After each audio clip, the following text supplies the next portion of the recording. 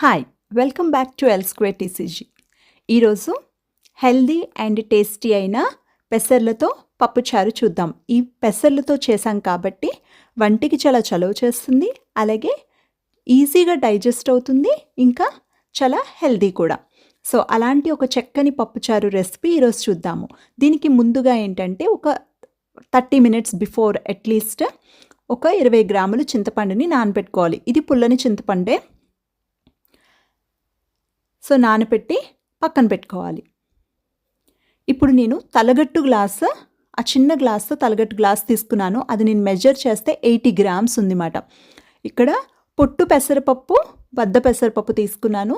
ఒక 4-5 గంటలు నానితే చాలు, సరిపోతుంది. లేకపోతే ఓవర్ నైట్ సోక్ చేసుకున్నా సరిపోతుందన్నమాట. నానిపోయిన తర్వాత చక్కగా నీటితో నానిన పెసరపప్పుని చక్కగా కడుక్కొని ఇప్పుడు ఉడకపెట్టుకోవాలి. మనకి కొంచెం పొట్టు పోతుంది, కొంచెం ఉంటుంది. సో, పర్వాలేదు. ఇప్పుడు ఈ పప్పు ఉడికేలోపు ఏంటంటే మనం ఏ వెజిటబుల్స్ వేయాలనుకుంటే ఆ వెజిటబుల్స్ వేసుకోవచ్చు. వంకాయలు వేసుకోవచ్చు, బెండకాయలు వేసుకోవచ్చు, ముల్లంగి, ఏది కావాలంటే అది. నా దగ్గర అయితే కొన్ని ముల్లంగి ఉంది. ఇక్కడ ముల్లంగి ఇలాగే చిన్నవి దొరుకుతాయి. ఇంకా ఇది బటర్నట్ స్క్వాష్. ఇది సేమ్ మన గుమ్మడికాయ టేస్ట్ లాగే ఉంటుంది. అలాగే ఒక డ్రమ్ స్టిక్ ఉంది నా దగ్గర. సో, ఈ 3 ఇవన్నీ కడుక్కొని నేను కట్ చేసి పెట్టుకుంటాను పప్పు ఉడికేలోపు. ఇప్పుడు ఏం చేయాలంటే ఈ పప్పు పొంగొచ్చిన తర్వాత ఇలా ఎక్కువ పొంగు వస్తుంది కదా, ఇప్పుడు పొంగంతా మనం తీసేసి పడేయాలి. లేకపోతే మొత్తం వాటర్ మార్చేసి ఉడకపెట్టుకోవాలన్నమాట. ఇలా చేయడం వల్ల ఏమవుతుందంటే మనకి గ్యాస్ ప్రాబ్లమ్స్ రాకుండా ఉంటాయి. ఓకే, ఈ స్టెప్ చాలా ఇంపార్టెంట్.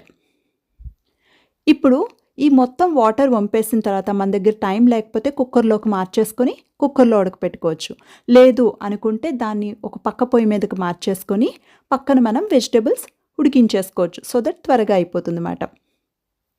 నేను చక్కగా 3 ముల్లంగి, పచ్చిమిరపకాయలు, అలాగే బటర్నట్ స్క్వాష్, మునక్కాడ, టొమాటో కట్ చేసి పెట్టుకున్నాను అనమాట. ఇప్పుడు కావాలంటే 1 టీ స్పూను ఆయిల్ వేసుకోవచ్చు.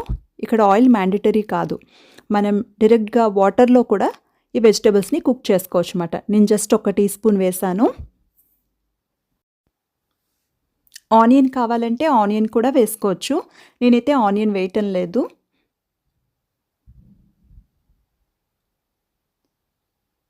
సో, ఇది నూనెలో వేపాల్సిన అవసరం లేదు. యాక్చువల్లీ ఈవెన్ పప్పు ఉడికిపోయిన దాంట్లో కూడా మనం డైరెక్ట్గా వెజిటబుల్స్ వేసేసుకోవచ్చు అన్నమాట.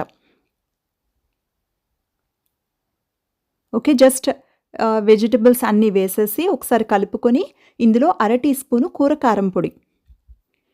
ఇది మిరపపొడి కాదు, కూరకారం పొడి. కూరకారం పొడి 2 విధాలుగా చేయొచ్చు.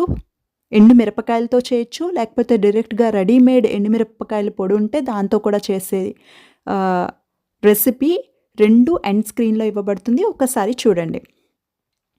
సో, కూరకారం పొడి, కొంచెం ఉప్పు వేసి 5 నిమిషాలు పెట్టి మూత పెట్టి ఉడికించుకున్నాం అన్నమాట. 5 నిమిషాలు పోయిన తర్వాత ఒకసారి కలిపి అందులోని కొంచెం నీళ్లు వేసి ఉడికించుకోవాలి. మనకి పప్పుచారు ఎంత తిక్కుగా కావాలంటే అంత. నేనైతే ఒక 1/2 లీటర్ నీళ్ళు అయితే ఇక్కడ వేస్తున్నాను. ఈ లోపల మనకి పప్పు కూడా ఒక 80% దగ్గర ఉడికిపోయింది. సో, మనకి ఈ కూరగాయలు ఉడికిపోయే లోపల మనకి పప్పు కూడా పర్ఫెక్ట్గా ఉడికిపోతుంది.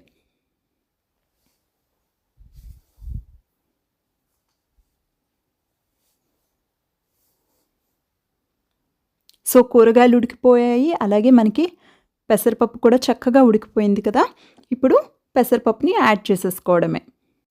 ఈ రెసిపీకి తొక్క తీసిన పెసరపప్పు ఉంటుంది కదా, మనకి నార్మల్ బద్ద పెసరపప్పు, అది కూడా యూస్ చేయొచ్చు. దాంతో కూడా టేస్ట్ చాలా బాగుంటుంది.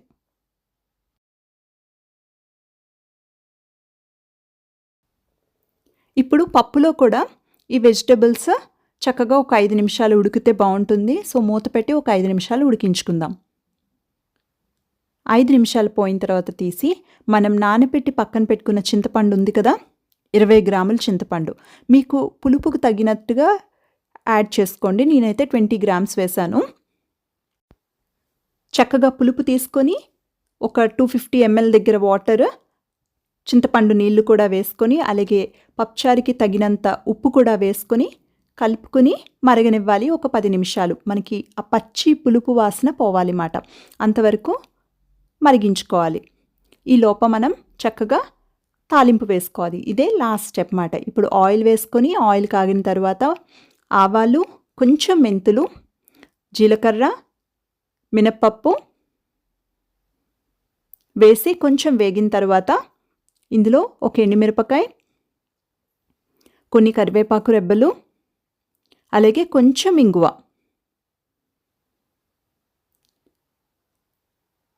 వేసి చక్కగా పోపు వేగిన తర్వాత మనం ఈ పప్పుచారులో వేసేసుకోవాలి.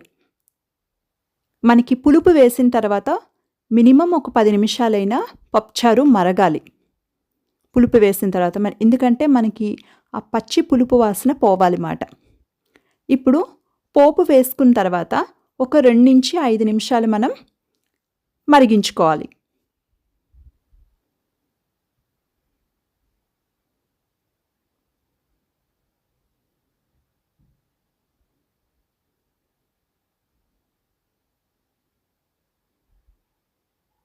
అప్పుడు ఈ పోపు ఫ్లేవర్ కూడా వస్తుంది.